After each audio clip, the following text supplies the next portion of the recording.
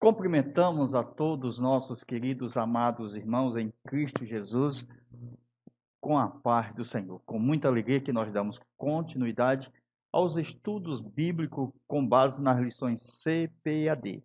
Estamos estudando a Escola Bíblica Dominical. Hoje, na sequência da nossa aula extra, nós vamos estudar lição de número 3, falando sobre a renovação espiritual, começando pelo altar.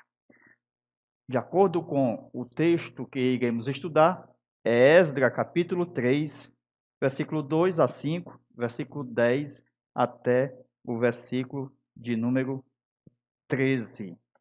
Queridos amados irmãos, nesta continuidade dos nossos estudos bíblicos, com base nas lições CPAD, nós vamos estudar parte 2 do nosso vídeo, aula extra, sobre o holocausto contínuo que é feito no altar. Moisés fez isto. Todos os sacerdotes faziam isto logo na entrada do tabernáculo, na entrada do templo de Salomão. E o que nós observamos é que o holocausto contínuo deveria ser perpétuo por todas as gerações dos judeus. E isto justifica o funcionamento do altar. Glória a Deus. Tudo isto mostra o que está escrito em Êxodo, capítulo 29, versículo 42, quando era oferecido o altar na porta da tenda da congregação, onde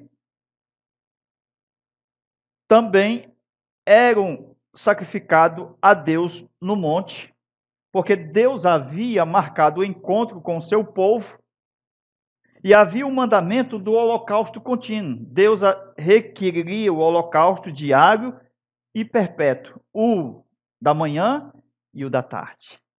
O da de manhã e o da noite, porque o da tarde já era de 6 horas da tarde, iniciando a noite. Então, era por isso que mostrava a importância da construção de um templo. E vocês observam que eles voltaram do cativeiro, começando pelo altar. Então, versículo 43, Deus diz: ali me apresentarei aos filhos de Israel, e o lugar será consagrado pela minha glória. Habitarei no seu meio e serei o seu Deus. Então, meus amados, nós temos hoje o nosso Senhor e Salvador Jesus Cristo como nosso sacrifício e também no Gólgota, no altar, na crucificação, ele foi oferecido a Deus por nós. E quando hoje vamos fazermos o nosso culto racional, oferecemos também a Deus o nosso sacrifício, que é o nosso corpo, em sacrifício vivo e agradável a Deus. Nós fazemos isto em memória do que ele fez. Glória a Deus, tudo temos uma simbologia, seja na ceia do Senhor, no batismo nas águas e também quando nós entramos na comunhão com Deus, entregando o nosso corpo. Então, Jesus nos deixou o exemplo. Quando nós lemos que a volta do povo que estava no cativeiro, quando veio a primeira leva, então o templo estava destruído. Não havia arca, porque quando Nabucodonosor, 70 anos passados, quando invadiu Jerusalém, levou a arca e até hoje ninguém sabe o paradeiro da arca. Sumiu. Deus sabe por quê. Proposital, porque Jesus apareceria na história com uma verdadeira arca, porque se tivesse uma arca no templo de Herodes, Jesus estava com uma arca lá fora e outra lá dentro. Então, para não confundir ninguém, uma arca sumiu e veio a verdadeira. Louvado seja Deus. Então, quando eles não viram o templo, eles penduraram seus instrumentos por causa da grande tristeza que pairava sobre muitos. Os seus corações estavam entristecidos. Então, o templo estava enraizado no coração dos judeus, porque eles olhavam para o templo e sabiam muito bem que manifestava-se a glória de Deus no oráculo. Este oráculo, no tabernáculo de Moisés, era o lugar santíssimo, dentro do tabernáculo de Moisés. Enquanto no templo de Salomão, o lugar santíssimo era o oráculo. Então, como na história nós vemos que o templo estava enraizado na vida do povo judeu, então para eles o santuário, o templo, mostrava Deus presente. Eles acreditavam que se eles fossem ao templo, Deus estava lá. E se faltasse templo, faltava Deus. Então eles tinham esta ligação. Por isso que a samaritana diz que os nossos pais subiam ao monte. Aí o judeu disse que é em Jerusalém. Jesus disse: o templo é o teu coração, mulher. Louvado seja Deus. Veja, meus irmãos, que a razão de Deus mostrar antigamente e hoje é que Deus quer habitar em mim, em você. Glória a Deus. Somos o verdadeiro tabernáculo atual, onde Deus habita, onde Deus está, o seu nome. Jesus disse: em meu nome expulsarão. É no nome de Jesus que está em nós, no templo, que acontecem milagres. Então o mundo está coberto de templos físicos e de santuários, mas Deus está olhando para você, para nós, e quer transformá-lo em um verdadeiro santuário do Deus vivo de Israel. Era isso que Deus queria, fazer o povo uma nação santa, sacerdotal. Glória a Deus. Então, voltando ao assunto, os judeus voltaram à sua terra, trouxeram os vasos e utensílios que sobraram. Mas quando eles chegaram, a visão da cidade terrível. As pedras tudo preta, porque haviam sido queimadas quando Nabucodonosor invadiu Jerusalém. E durante a noite, grande escuridão. É terrível, né? Foi a volta. E quando ele olhou para a cidade de paz, na verdade, estava sendo uma cidade de morcegos, infelizmente. Então, 70 anos se passaram.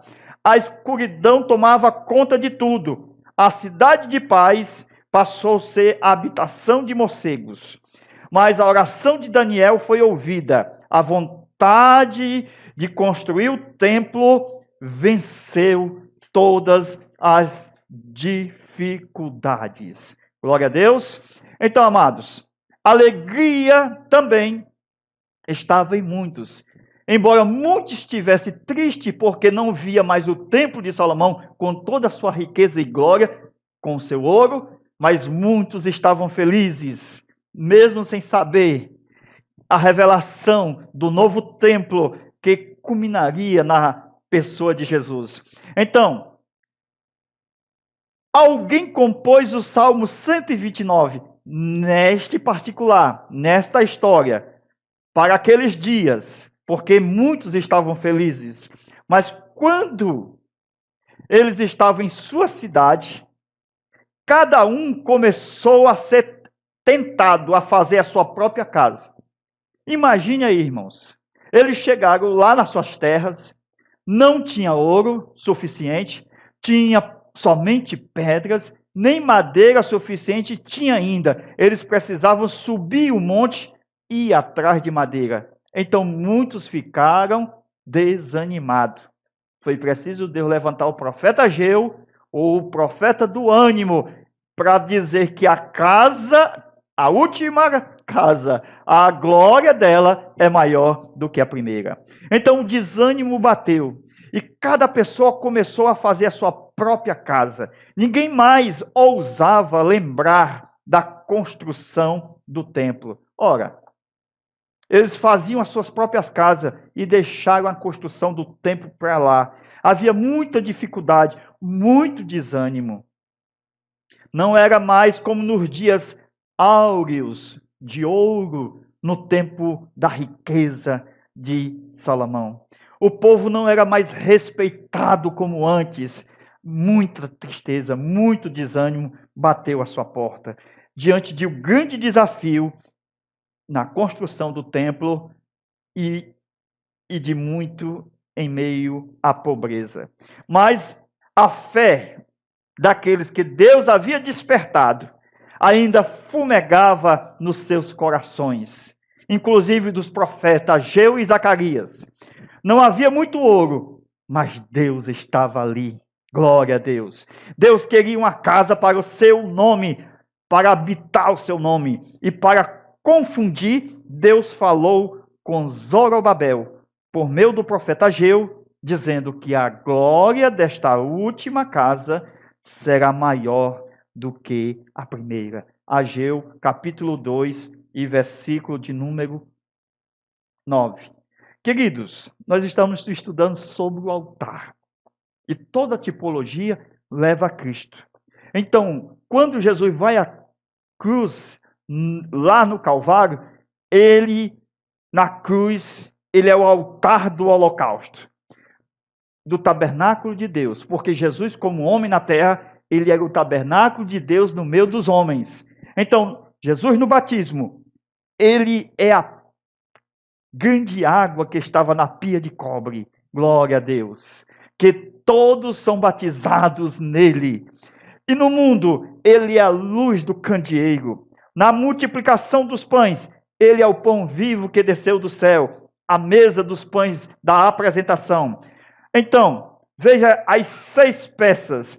Falamos do altar de holocausto, da pia de cobre, do altar de incenso, onde, quando Jesus vai no Getsemane e coloca-se diante de Deus, onde ele adora a Deus, onde ele busca, ora ao seu Pai, o altar de incenso estava presente. Falamos do candeeiro, falamos do pão, da mesa, e por último, hoje Jesus está no céu, exatamente no santíssimo lugar. Amém? São as 6 peças, porque Jesus, quando está no céu, ele está fazendo o papel da arca que estava no lugar santíssimo. Louvado seja Deus. Queridos, continuando. O templo de Zorobabel estava vazio de ouro. Começando a aula agora. Fizemos apenas uma introdução. Se você gostou até aqui, melhor será a partir de então. Então, o templo de Zorobabel estava vazio de ouro, isto é, da glória do templo de Salomão. Quando Jesus esteve na terra, ele esvaziou-se a si mesmo. Quando ele saiu do céu, tomando a forma de servo, fazendo semelhante aos homens. Quando Jesus estava na terra, ele fazia os milagres, mas é pelo Espírito Santo. Quando Jesus estava na terra, ele disse que o Pai é quem sabia o dia da sua vinda. Então, a glória havia deixado junto ao Pai. João 17, versículo 3 ao 5. Aquela glória que tinha contigo antes que o mundo existisse. Então, ele esvaziou-se a si mesmo. Então, o templo de Zorobabel estava vazio de ouro, mostrando a humanidade de Cristo. Esse templo vai ser construído de madeira, simbolizando o homem Jesus. Uma madeira purinha. Eles reclamavam que só tinha pedras, e as pedras servem para construir, primeiramente, o altar. E a madeira seria o combustível do altar. Tudo está ligado um ao outro. Então, façamos alguma coisa com o que nós temos. Se ainda não tem madeira, só temos pedra, construímos o altar. Amém? E assim, quando nós fazemos alguma coisa com o que nós temos, isto é, com as pedras, que é tudo que nós temos, não precisamos reclamar ou pensar diferente, e a razão porque as pedras estão ali, e nem se desanimar, porque quando nós começamos a fazer o altar de pedra, Deus manda os catadores, os cortadores de madeira. Olha o texto, versículo 7 e versículo 6 de Esdras 3. Não havia ainda os fundamentos do templo. Então vamos construir um altar, vamos ofertar ao Senhor. E conforme diz que os velhos choravam, Ageu capítulo 2, versículo 3, porque ele estava acostumado com a primeira glória do templo de Salomão. Então, Ageu capítulo 2, versículo 3, diz o seguinte: se vocês lerem Ageu 2 e 3, é o mesmo, uma equação, quando você pega esse texto e vai para Esdras 3 e 12. Glória a Deus. Então, os murmuradores apareceram, por quê? Porque eles só viram pedra. Eles não tiveram fé suficiente. Porque os que tiveram fé, eles viram que através das pedras poderiam construir os seus altares, o altar do Senhor. Mas esses murmuradores, eles desconheceram que a glória do templo de Salomão não conseguiu chegar até Cristo. A glória do templo de Salomão não conseguiu chegar até Jesus.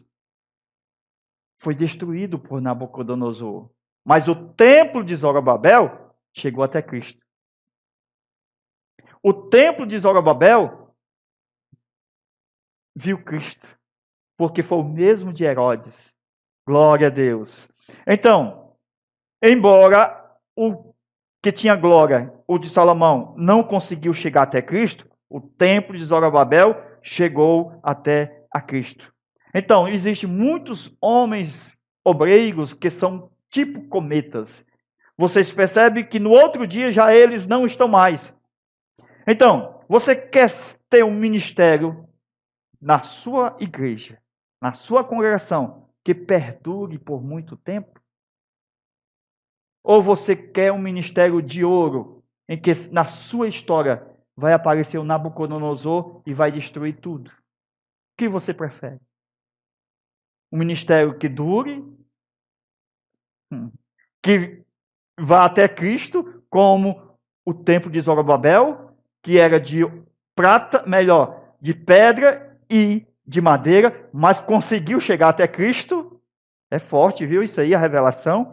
Ou você prefere um ministério de glória, que Nabucodonosor entra no caminho e destrói? Você prefere ser da congregação ou da mídia, sem nenhum preparo? Porque o da mídia é visto como ouro, mas nem no metal, no bronze, ele ainda chegou.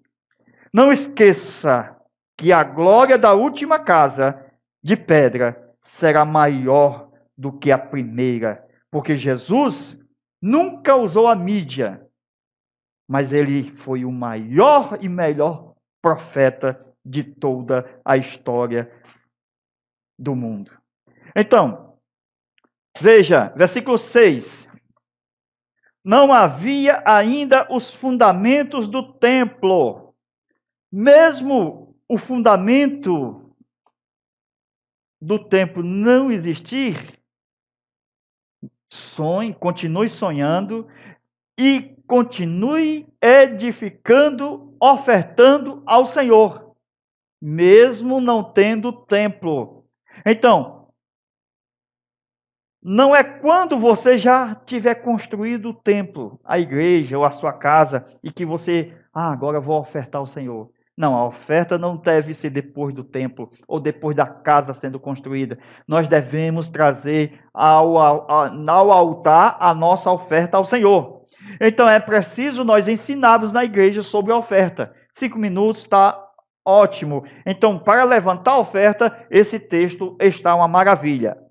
Versículo 3, versículo 4, versículo 5. Eles firmaram o altar sobre as suas bases antigas. Então, antes de firmar o templo, primeiro foi firmado o altar. Deus poderia ter dito, não, o altar deixa para depois. Mas o altar veio primeiro. Deus poderia ter dito, faça o templo primeiro, mas Deus não disse. O altar veio primeiro. Então, tem muitas pessoas que faz logo o projeto, o templo. Mas você deve começar por onde você pode. Você não pode construir uma casa ainda? Compre uma janela. Compre uma porta. Compre a fechadura. Compre os parafusos. Guarde. Isto é fé. Ainda não pode tem condições de construir uma casa inteira? Então comece a guardar alguns parafusos da porta. Isto mostra fé. Aleluia. Você pode comprar uma porta, então comece comprando a porta. É a revelação isso aqui, viu, irmãos? Veja, para você ter uma casa pronta, você tem que começar. Para ter o templo, você tem que começar. E o templo começou com um altar. E uma grande casa se começa também comprando uma janela, uma fechadura. Então, compre aí pelo menos uma viga do umbral da sua porta. O altar sempre será um desafio de fé.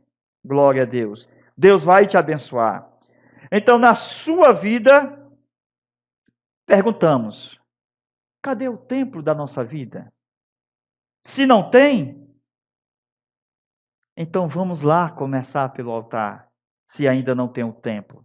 Não tem ainda casa ou qualquer outra coisa para morar, comece comprando uma janela. Um desafio de fé. O altar é a posição de alcance. O altar é um projeto da sua visão. O altar é aquilo que você consegue ver, o invisível. Aleluia. O altar é uma parte de Deus na grande construção que ainda acontecerá, mas que você já crê que você tem. Glória a Deus. Então, o altar é a posição de alcance. Compre pelo menos uma fechadura, os parafusos. É um desafio de fé. Versículo 3 ao 6. Deus só chega até você se você tiver caminho para Ele. Glória a Deus. Vou explicar melhor. Deus vai chegar até você, mas para isso tem que ter um caminho. Você tem um caminho para Deus chegar até você? O que diz o profeta? Zacarias, Malaquias, João Batista: preparai o caminho do Senhor. Então você tem que ter um caminho para Ele chegar até você. Endireitai as suas veredas, rebaixe os montes, suba os vales. O caminho de Deus é perfeito. Aleluia. Faça um caminho reto ao Senhor. Se você vê uma Ferrari andando numa estrada, ela tem uns 7 centímetros entre a sua lata, a parte de baixo do carro, até o piso aonde ele está correndo. Ele não consegue correr em desnivelamento. Então é preciso, conforme o texto, rebaixar os montes e subir os vales. Nivele o caminho, porque Deus vai chegar com seus carros e cavaleiros de fogo. Aleluia! E quando o caminho está endireitado, estou falando do altar, estou falando do caminho da sua vida, da nossa vida, que não está em pecado, mas que o Senhor disse: eu vou chegar lá, porque o caminho está endireitado. O profeta disse: preparai o caminho para passar. Glória a Deus. Preparai o caminho do Senhor, porque Jesus vai vir até o nosso coração. Jesus vai chegar até a nossa morada. Então tira os buracos, tira os quebra-molas. Muitas das vezes Deus não chega até você por quê? Porque não tem um caminho para chegar. Então endireitai as suas veredas, preparai o caminho do Senhor. Glória a Deus.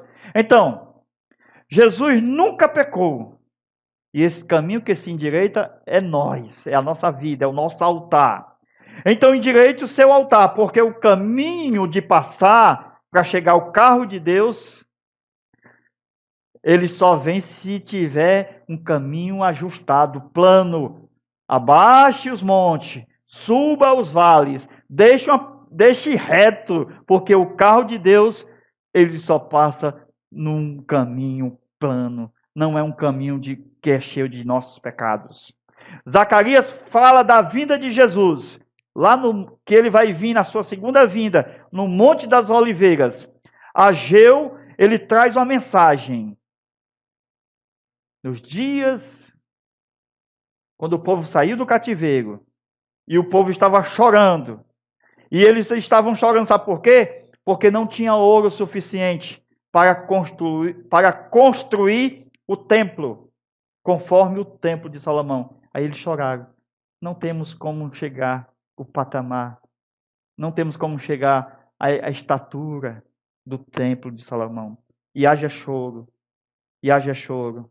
E o choro era porque o templo que ia ser construído não ia parecer com o templo de Salomão. Então eles iniciaram com pedra.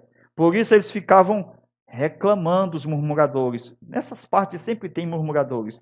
Então, e eles não se mexiam, porque eles só viam pedras, todas queimadas pelo fogo. E a madeira, Deus havia dito, vocês subam os montes, pelo profeta Ageu.